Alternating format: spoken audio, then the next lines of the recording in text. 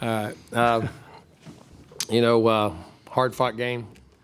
Proud of our kids for battling. Started off about as slow and as poorly as you could have. Self-inflicted wounds on offense, whether you motion and made plays. We're moving the football. Had plays made, get them called back. Just silly penalties. Things knowing what we're going to do and got to get that fixed. Defensively, didn't get stops coming out. They got the run game going, made plays. We busted a coverage and just took a guy out of center field, jumped down on an over route, and they got a post and did about everything you could humanly do to get them a jump start, and they're up 14-0. But our kids kept their composure. What I liked about it for a young team, could have folded. And like I say, a very, very young football team that kept its poise, kept its composure, come back and made a heck of a drive coming off the goal line. Got down to 14-7. And unfortunately, they made a heck of a drive. We needed to get a stop, and we got them down there. But then they jumped and tried to dive, and we got that fumble, and then made a heck of a play to get back. And then, of course, we have to drop the snap, so it can't be 14-14, so it has to be 14-13. And, that was going to catch us at the end, but, that was by one of the most reliable guys on our team.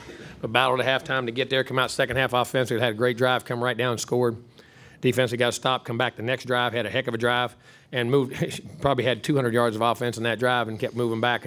We had a block in the back on a big run. We had a hold on a run that takes us down to 9, and we end up getting a daggone field goal out of it and could have got a touchdown and got 23. Then we come back, defense we held. Then we get another drive, and we get 8 or 9, and we miss had a read on a first down read on a throw that we hit it. It's another touchdown through the post. We could have hit the flag and score, but hey, we got to get that fixed out. And then missed a third half an inch on a third and yard and a half, and then they got some momentum, got a drive back. Then we drove down to 35 again, had a shot, and we ran into the safety on a shot play and didn't get it there, and then missed a field goal, and they come down and missed a field goal, and we ate it out. It was a heck of a game. They got a good team. We by far are not close to where we need to be. Have to fix the self-inflicted wounds, got to clean things up, got to get better. But we've beaten 2 good football teams, not playing very well at the top of our game, but playing well at times and still competing and making plays when we had to. And that's very encouraging. Now we just got to get getting things fixed and grind on it. So we're a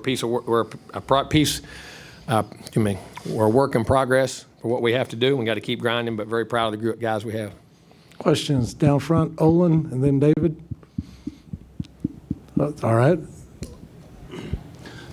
Olin Buchanan, TexAgs.com. Jimbo, in your opinion, did the fumble return for the touchdown, did that save the game for you? I don't know if it saved it, but it made it a lot easier to win. And I think we come back and then played well and did things. We had a good drive on offense, and we gave up a drive on defense there, and then we got that play, and it was back. And it was a big play in the game. That's what big games are. Whether it's a pass, whether it's a run, whether it's a fumble, those are the kind of things you got to have. And we were making plays that we had to make to win the game, and they made a great one on defense. Did you think that that last field goal was going to go through? No. When they kicked it, I thought it was going to be wide right. I didn't think it was the angle I had. No, I couldn't see. When he kicked it, I thought it was going wide right completely. I really did. David, and then we'll go to the left. Mark. Thought ours was going to go through because he hit his big thing. Bond hit his really good. I thought he wasn't. He was right there. I thought when he kicked it, I thought it looked good from my angle. So my angles were bad both sides, weren't they? David Nuno with TexAgs. So the first half, you have 51 yards passing. That second half, that first drive, maybe your most efficient drive of the year. How that set the tone for the game? Well, it just made it. We hit things, and we had them in the first half. We had the penalties, and we had a wide open post route. We just missed. We just didn't make the play on that. We had that one for another 60, 70 yards. When we had things there, we had a rail route. We had a couple things there. We'll get better on it and just keep grinding.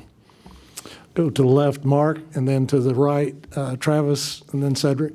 Mark Passwaters with Rivals. I was just hoping you could comment on Devon's game tonight and the play of the offensive line, especially in run blocking. We did. We're getting better in the run blocking. We're getting better in the reads. Max did a good job of getting sitting out of the right place, checking a lot of those plays were checked, and he got it there. And Devon's Devon. That's who he is. That's all. How'd he play? That's Devon.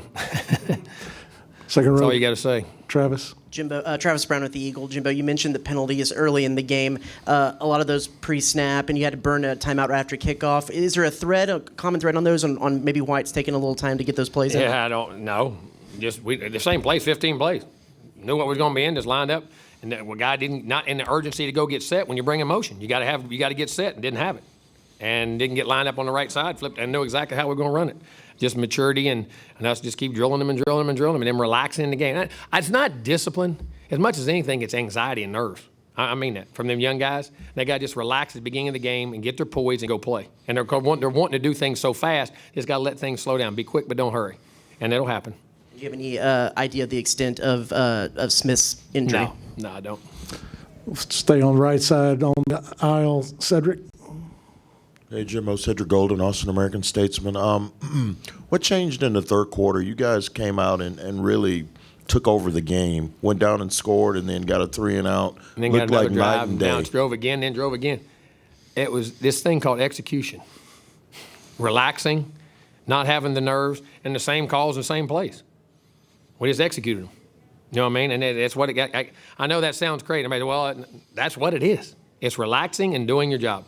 It's that simple. I know there is no magical formula. There is no magical formula. Why you do it, why you don't do it. You just got to relax and do it at the beginning and all the way through. It's that simple. Coach will go back behind the lights. Coach, you mentioned it a little bit earlier in the press conference, but Max specifically, what impresses you about how he's able to lead this offense? Well, he's getting better and better at it. And there's some, and he's scrambled. He's tough. He made some great runs and scrambles. His heart's big. He plays hard, plays tough, and he's still learning it. And there's still a lot of things. I mean, he can even do better. And I'm not trying to criticize him in any way. There's some throws and some plays we had there, and he knows it. And some reads that we got to keep going over and over and over. And he'll get used to the guys and the players and those guys in the game. And the guys around him have to run them just like they're supposed to run them. But he did a great job managing the game. The run checks, a lot of those big runs he checked and got us out of one play and got us into another and what we were trying to do. And he just gets better and better. And he's a real competitor. He's a very high quality young man. Stay back behind the lights. We got two back to back. Go ahead. Coach, Ben Peck, KX, could you speak to kind of the game Evan Stewart had, especially after missing the game last week and just sort of Evan's his getting growth better and and maturity? better. He's growing as a freshman. I mean, see what he had. He had target 70 at 36, but he had a touchdown. There's some other plays in there. We tried to get it to him. And, I think he was sliding in there and had one he could have got. But, he's just getting better. Evan's going to be a really good player. He's a very dynamic guy, can make plays. And you saw even at one we had called back, he can catch and run with it. He can get deep. He can do a lot of things. And he's getting better and better. Could you walk through the before that field goal decision to either not take a timeout or let the clock go down? It seemed like either way could make an argument for, but just sort of. No, I want two timeouts. We always go. The timeouts in college football, 2 timeouts and first downs is an eternity. Minute 30, we work on that all the time. We're gonna have the ball. Now we need a field goal. I wanted that 100% the timeout. I mean, if it had been under a minute or been under a minute 20 or 15, I might have taken it, and would have kept it up there. But I did not want to. Let that thing, I wanted 2 timeouts. I wanted that timeout. The minute 30, that's an eternity in college football. We work those. Matter of fact, that's one of the exact drills we work. Minute 30, 2 timeouts. Got to go get a touchdown. Except a touchdown there, we just would have needed a field goal. So we decided that way before that. I was talking that through. Daryl, and then we'll go to the right. Alex. Daryl Bruffett with KBTX. Coach, can you talk about how much easier it is to work on your game plan and fix things coming off a win, going into Mississippi What State? I just told him in the locker room. way? You must have heard my locker room talk. I'm happy and all that, but I said we got to take a deep second right here to reflect. We had a win. We got through things. Now let's take a reflection of why we could have got this thing eased out and played a lot better and had to score it at a different, different separation there. And it does it. Now we got to clean these things up. I'll be in a bad mood all week. I promise. Alex, and then to the left. Hey, Jimbo down here. I'm sure you've seen a lot. I want to go back to the fumble. I'm sure you've seen a lot in your coaching career, but have you've seen a fumble recovery like that where the guy pretty much takes it from another guy to score? Mm-hmm. You in this game alone? Yes, I have. I mean, you do. I mean, you see it like that and flips and options. And I know that sounds crazy, but I've had those things happen lots of times. Well, and what'd you say to Damani after he got back on the sideline? Well, really, the fumble recovery was when it came down. I mean, it bounced and we got it. I mean, the ball went flying back and Yes, then we got the Tyreek. pitch. Yeah, Tyreek got it and then we pitched it back. But yeah, I have. I mean, I know that sounds great, but I have. I'm glad it was on our side.